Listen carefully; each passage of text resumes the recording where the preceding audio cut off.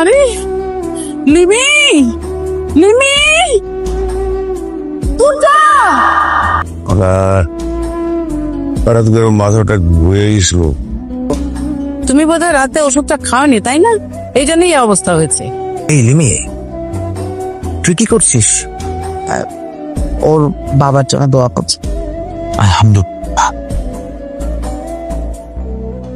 আমি বাবার জন্য 7 বার আসআলুল্লাহ আল আজিমা রাব্বাল আজিমি আইয়াশফিয়াকা এই দোয়াটি পাঠ করছিলাম, যার অর্থ এই সকল আরশের মালিক আল্লাহ তাআলার নিকট আমি আমার বাবার সুস্থতার জন্য প্রার্থনা করছিলাম।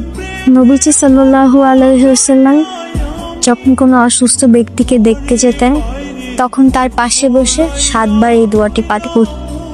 ছোটবেলায় দোয়াটা আমি শিখিয়েছিলাম।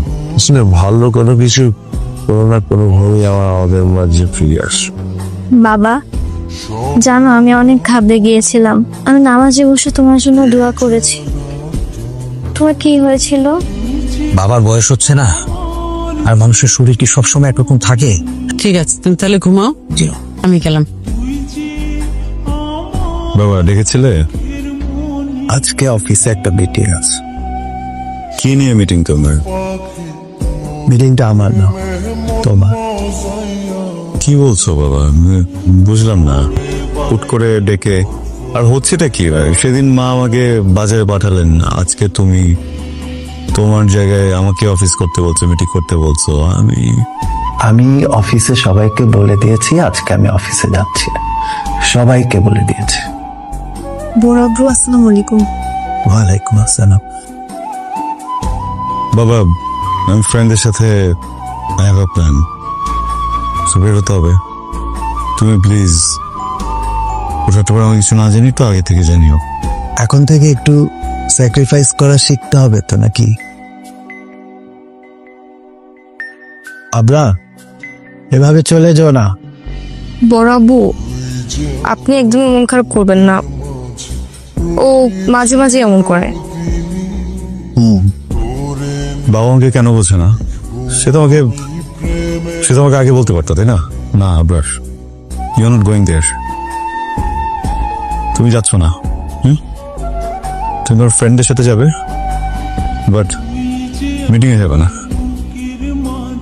কখন আসছো তুমি? এই যে আয়নার সামনে 2-3 মিনিট যাবত নিজের সাথে যখন কথা বলছিলে, ঠিক তখনই। আচ্ছা, তুমি কি প্রায়ই নিজের সাথে এভাবে আয়নার সামনে দাঁড়িয়ে কথা বলো? এটা আমার স্ট্রেস বাস্টার, মাঝে মধ্যে এটা করি। আচ্ছা আবরার, তুমি কেন যাচ্ছ না?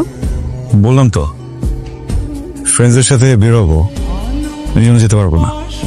আসলে তুমি ফ্রেন্ডসদের সাথে কোথাও যাচ্ছ না, আসলেই যাচ্ছি। আসলে তুমি মিটিং এর কথা শুনে ঘাবড়ে গেছো, যেটা বড় আব্বুকে বুঝতে দিচ্ছ না। মন্দ এরকম কিছু না। এমনই কিছু। তুমি মিটিং এ যাচ্ছ না কারণ তুমি ভাবছো তুমি অফিসে গিয়ে মিটিং করলে তুমি কি বলতে কি বলবে, মিটিংটা ভালো হবে না। দেখো প্লিজ, তুমি ভুল বুঝছো, আমি বললাম তো। আচ্ছা, তাহলে আবার চোখের দিকে তাকিয়ে বলো। চোখের দিকে তাকিয়ে বলার কি আছে এখানে? বলছি তো তোমাকে। কারণ চোখের দিকে তাকিয়ে তুমি কখনো মিথ্যে বলতে পারো না। অফিসের পুরো বিষয়টা অ্যাভয়েড করার চেষ্টা করছি, কেন জানো?